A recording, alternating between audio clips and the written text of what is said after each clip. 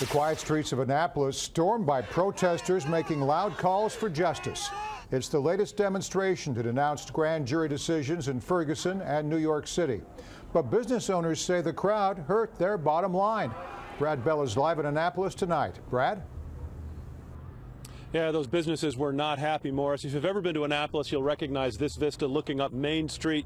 Well, this was the start of the protest right here at the statue of Alex Haley near the spot where he said his ancestor Kunta Kinte stepped ashore as a slave. They started with prayer, and this plaza, this whole area was absolutely packed with folks carrying signs. This one's blowing away. Carrying signs very much like this, but what was odd was there were a lot of people here, but the rest of the town seemed empty. The chants are by now familiar. The passion fueled by the deaths of Mike Brown in Missouri and Eric Garner in New York. I'm out here because we have to do this for our youth, the generation that's coming up.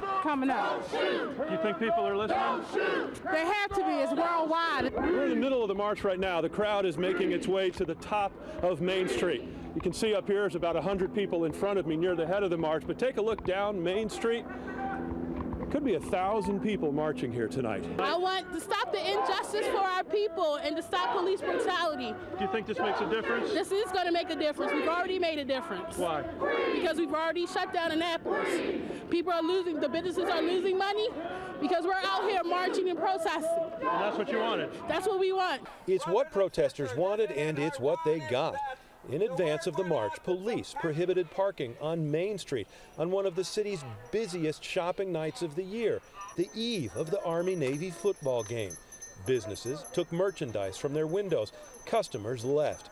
Ted Levitt watched his landmark deli empty out well before the marchers moved past. Let them keep walking and go home. You're not happy? I think it's wrong. The protest, led by local pastors, is loud. But peaceful, moving from the city dock up Main Street past all those quiet businesses and finally around the state capitol. The marchers hope a point is made. This is a stepping stone, and what goes on in big cities also happens in small cities.